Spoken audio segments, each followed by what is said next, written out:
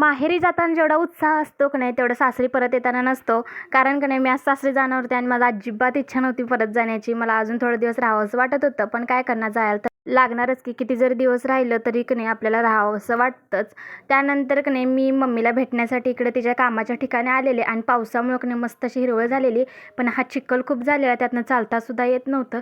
तसंच की नाही वाट काढत मी आणि माझा भाऊ गेलो आणि इथं मम्मी उभी होती. मम्मीला असं काम करतेलं बघून की नाही खूप वाईट वाटत होतं. आई-बापाचं कष्ट आपल्या डोळ्यानं बघितल्याशिवाय की नाही त्या कष्टाची आपल्याला जाणीवसुद्धा होत नाही. आणि की नाही मम्मीला असं पहिल्यांदाच मी बघते काम करतेलं एवढं. पैसा कमवण्यासाठी की नाही एवढा वेळ लागतो, एवढं कष्ट करावे लागतात आणि तोच पैसा की नाही खर्च करण्यासाठी 1 मिनिटसुद्धा लागत नाही. आणि मम्मीचं काम की नाही असं हे रोपवाटिकेत होतं आणि खूप छान काम होतं. अगदी की नाही असं सावलीमध्येच होतं, ऊन पण खूप नव्हतं, त्यामुळं की नाही एवढं काय वाटलं नाही. त्यानंतर की नाही घरी आले आणि थोडंसं की नाही चपात्या वगैरे केल्या, कारण की नाही दीदीलासुद्धा बरं नव्हतं आणि मलासुद्धा की नाही न्यायचं होतं. त्यामुळं की नाही मी तर करून घेतल्या चपात्या वगैरे. आणि दीदीची तब्येत खूपच बिघडलेली, त्यामुळं की नाही तीसुद्धा मम्मीकडेच जाणार होती. त्यामुळं की नाही इथं मी जेवण करत होते.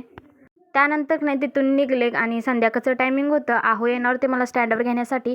त्यामुळंच नाही तर मी स्टँडवर थांबलेले आणि समोर तर खूप म्हणजे खूप दमवत होता. त्यानंतर की नाही आहोंच्या सोबत घरी आले, चेंज वगैरे केलं आणि कामाला लागले. कारण की नाही जेवण वगैरे करायचं होतं, त्यामुळेच की नाही इथं अगोदर मी इथं देवापुढं दिवा वगैरे लावून घेतला छान आणि त्यानंतर की नाही जेवणाला लागले. दीदीकडून येताना की नाही चपाती आणि भाजी घेऊन आलेले आणि फक्त इथं की नाही मला आमटी आणि भात करायचा होता. त्यामुळं की नाही इकडे एका साईडला आमटी केली वांग्याची आणि मला तर अजिबात करमत नव्हतं. त्यामुळं काही काम करायची पण इच्छा होत नव्हती. असं जेवण वगैरे केलं आणि इथंच व्हिडिओचा एंड केला. चला बाय.